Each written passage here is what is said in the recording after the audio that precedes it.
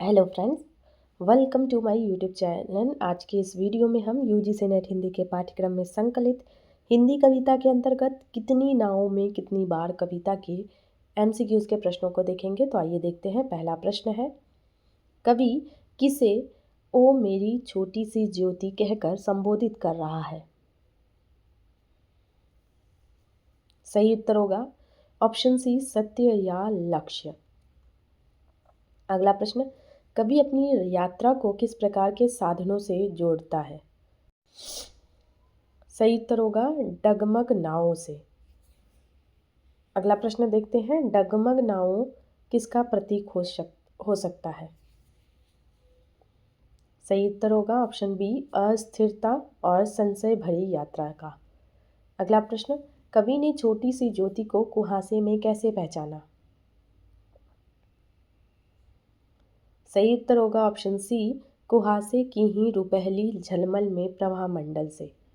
अगला प्रश्न, कुहासे की रुपहली झलमल किस प्रकार की स्थिति को दर्शाती है? सही उत्तर होगा अनिश्चितता में भी आश्रय या पहचान की हल्की झलक। अगला प्रश्न, कवि के अनुसार जगमग जहाज उसे कहाँ खींच कर ले गई?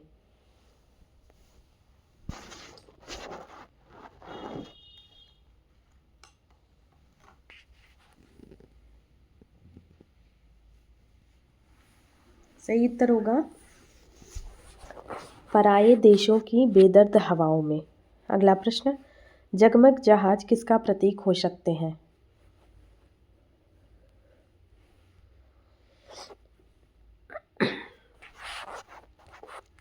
सही उत्तर है भौतिक आकर्षण, सांसारिक सफलता या भटकाव।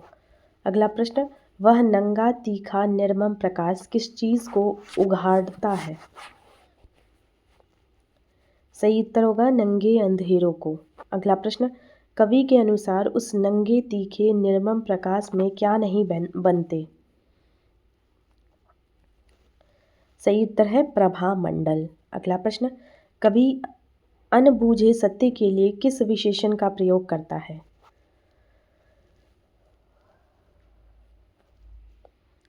सही उत्तर है धीर आश्वस्त अक्लांत। अगला प्रश्न, उस निर्मम प्रकाश में क्या चौंधियाते हैं? सही उत्तर होगा तथ्य तथ्य तथ्य।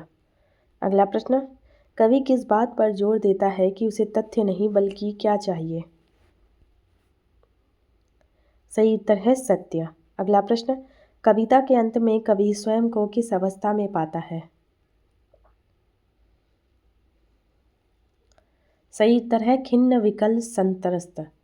अगला प्रश्न, पराये देशों की बेदर्द हवाओं में जाने का परिणाम क्या हुआ? सही उत्तर है सत्य से भटकाव और बेचैनी। अगला प्रश्न, ओ मेरी छोटी सी ज्योति से कवि का आशय क्या हो सकता है?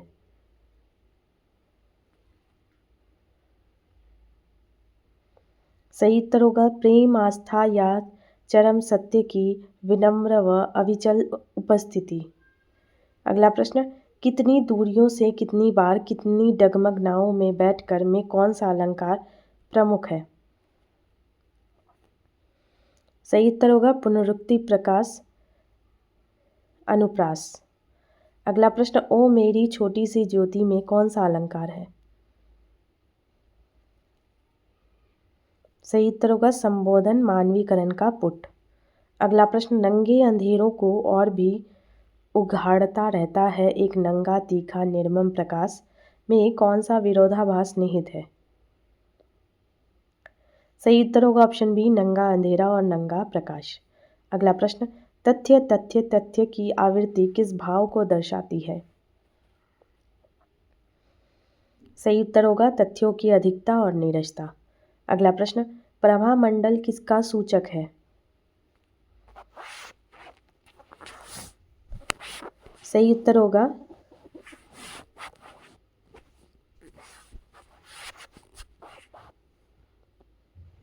दिव्यता, पवित्रता और सत्य का आभा मंडल। अगला प्रश्न, अनबूझे सत्य में अनबूझे विशेषण क्या दर्शाता है? सही उत्तर होगा सत्य जो चिरस्थायी है और अविनाशी है। अगला प्रश्न, कविता की भाषा शैली कैसी है?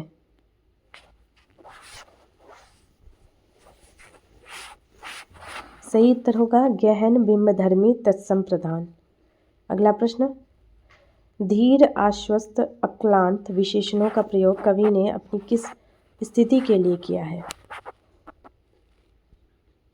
सही उत्तर होगा छोटी सी ज्योति की ओर आने के प्रयास के दौरान। अगला प्रश्न, कवि के अनुसार सत्य और सच्चाइयों में क्या अंतर है? सही उत्तर होगा सत्य परम है जबकि सच्चाइयाँ अर्थात तथ्य केवल चौंधियाने वाली और अंतहीन है। अगला प्रश्न, कविता में प्रयुक्त बिंब मुख्यतः किस प्रकार के हैं?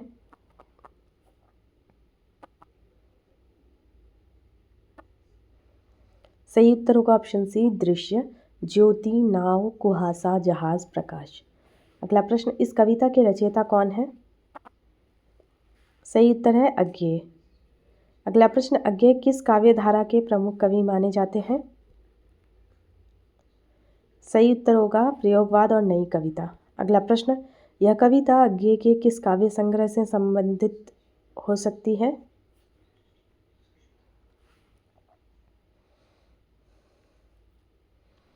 सही उत्तर होगा बाबरा अहेरी। अगला प्रश्न, अज्ञेय द्वारा संपादित प्रसिद्धता सप्तक किस साहित्यिक आंदोलन का प्रारंभ बिंदु माना जाता है? सही उत्तर है प्रयोगवाद। अगला प्रश्न, अज्ञेय को किस रचना के लिए ज्ञानपीठ पुरस्कार मिला था? सही उत्तर होगा कितनी नावों में कितनी बार। अगला प्रश्न, कवि की छोटी सी ज्योति की ओर की यात्रा कैसी है?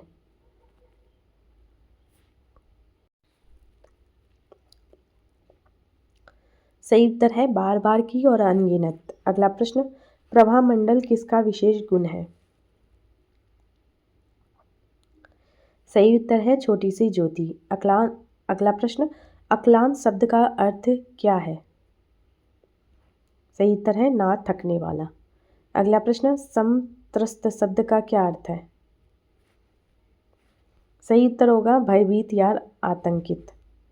अगला प्रश्न, कविता के किस भाग में भौतिकता और तथ्यवाद की आलोचना की गई है? सही उत्तर होगा जगमग जहाजों और निर्मम प्रकाश का वर्णन। अगला प्रश्न, कवि को खिन्न विकल संत्रस्त क्यों होना पड़ा? सही उत्तर होगा सत्य के बजाय चौंधियाते तथ्यों और सच्चाइयों के जाल में फंसने के कारण।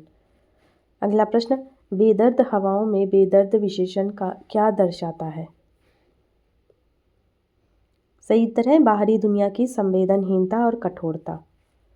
आगे देखते हैं कितनी बार की आवृत्ति का क्या उद्देश्य है? सही उत्तर है कवि के सतत प्रयास और भटकाव की लंबी अवधि को दर्शाना। अगला प्रश्न, कविता का मुख्य द्वंद्व क्या है?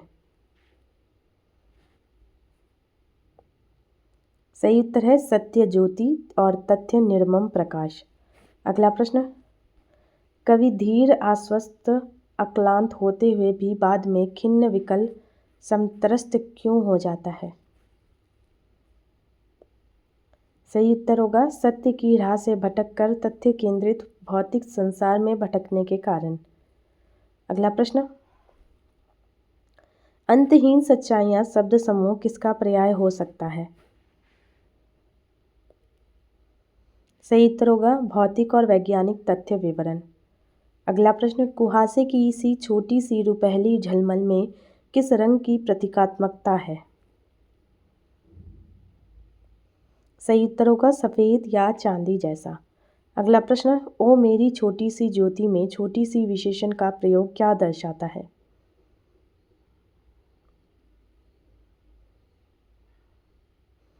सही उत्तर होगा ऑप्शन सी सत्य आस्था का विराट के सामने विनम्र रूप पर अविचल।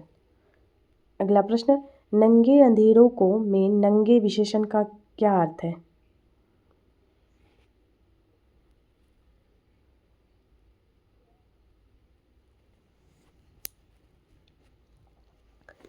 सही उत्तर होगा भयंकर या आवरणहीन। अगला प्रश्न, इस कविता का केंद्रीय भाव क्या है? सही उत्तर है भौतिकता के भटकाव के बावजूद आध्यात्मिक परम सत्य की निरंतर खोज।